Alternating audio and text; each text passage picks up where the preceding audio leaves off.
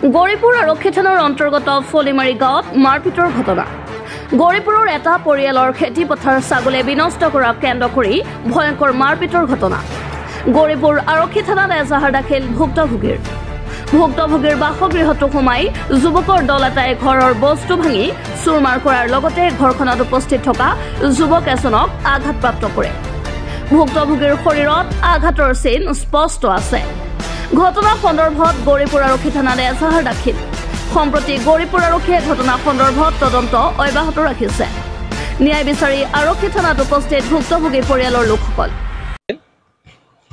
মানে মই তো কিসে মোর স্বামীর বাড়িতে থাকো, ওটি বগলতে বাড়ি। তারপরে ছাগল ভেড়া দিয়ে বলে কি হয়েছে, আমার ভেড়া আসি ডেইলিকে খায়, ওই যার সাথে কেসাল হয়েছে।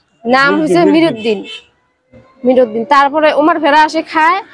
তারপরে মোর আব্বা কইছে যে অল্প গালাগালি করছে, অল্প রাগ খাইছে।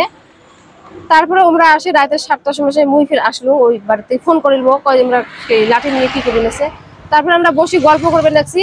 আমরা আসি বাড়িতে আসি সবাই আসি মারি থুয়ে গেছে। আমার তার আব্বাক মারছে, মুইও আটকাইছে, মোকও একটা মার লাগছে হাতত। বাপ্পি মিরুদ্দিন, তারপরে মানে মোর ভাই দুটো অন্য ঘরে ছিল, ওমাকে অন্য ওমরা মারছে। আর মোর আব্বা ফির 3-4 জনে মারছে। বাপ্পি মিরুদ্দিন, খায়রুল, তারপরে শাহাদত, দেলবর, তারপরে মোহাব্বত, আরো আছিল 8-9 জন আছিল।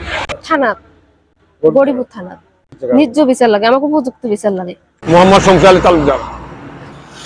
আমরা বেলা একটা সময় ধরো ছাগল ভেড়া আছে 5টা, দিলেক দিন আমার সবজি খায়।